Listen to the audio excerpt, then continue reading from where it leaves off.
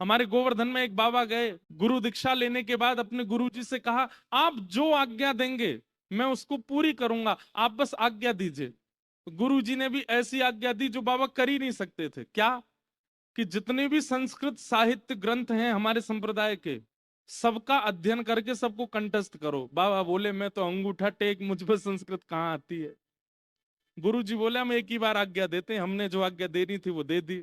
बाबा इतने रोने लगे, गिरिराज जी की तलेटी में रोते, हे किशोरी जी, हे श्यामाजू, मैं तो अनपढ़ गंवार हूं, और गुरु जी ने आज्ञा की कि सारे संस्कृत साहित्य हमारे संप्रदाय के सबको कंठस्थ करो। कैसे करूंगा मैं? मुझे तो पढ़ना ही नहीं आता, मुझे तो केवल आपका नाम आता है, मैं तो केवल राधा राधा करना जानता हूं और कुछ नहीं आता मुझसे। इसी चिंता में रोने लगे, राधा राधा पुकारते पुकारते रोते थे कि मुझ पर तो कुछ भी नहीं आता, मैं अपनी गुरु इच्छा, गुरु आज्ञा को कैसे पूरी करूं। 4-5 दिन तक तो रुदन किया, 5वें दिन मानसी गंगा में डूब करके प्राण त्यागने को तैयार हो गए। अब मैं प्राण त्याग दूं, अब जीवित रहने का मेरा कोई, मैं गुरु इच्छा पूरी नहीं कर पा रहा, गुरु आज्ञा पूरी नहीं कर पा रहा,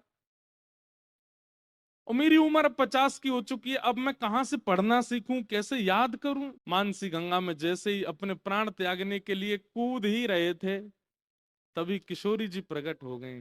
और किशोरी जी प्रकट होकर के बोली, क्यों अपने प्राण त्याग रहे हो? बोले कि हे स्वामिनी जी, मेरे गुरु ने आज्ञा की, मेरा सौभाग्य कि आपके मुझे दर्शन हो गए, पर मेरे गुरु ने मुझे आज्ञा की कि सारे संस्कृत साहित्य याद करो, कैसे करूं, मैंने तो पढ़ा लिखा ही नहीं हूं। किशोरी जी ने कहा, अपनी जीभ बाहर निकालो, और बाबा ने अपनी जीभ बाहर निकाली। श्यामाजू ने वो जीभ पकड़ करके और एक एक सीख से उस पर कृष्ण लिख दिया, और कृष्ण लिख करके कहा, अब जाओ, तुमने जीवन भर नाम गाया है मेरा, और उससे श्री कृष्ण प्रसन्न हुए हैं।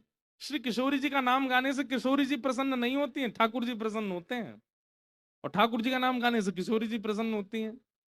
बोले, आपने जीवन भर मेरा नाम गाया और कुछ आपको नहीं आता है, इसलिए ठाकुर जी बड़े प्रसन्न है, और उन्होंने प्रसन्न होकर के कहा है कि मेरी जितनी सिद्धियां, उनमें एक विद्या सिद्धि है, वो विद्या सिद्धि आप इसको दे आओ श्री जी, अब जाओ। अब तुम्हें पढ़ने की भी आवश्यकता नहीं है, तुम बस गुरु जी जो प्रश्न करें सबका उत्तर देते जाना, सारा साहित्य तुम्हारी जिह्वा पर विराजमान हो गया। जैसे ही गए, गुरु जी ने कहा कि पढ़ाए? बोले, हाँ, 5 दिन पहले तो हमने आज्ञा दी, बड़ी जल्दी पढ़ाए।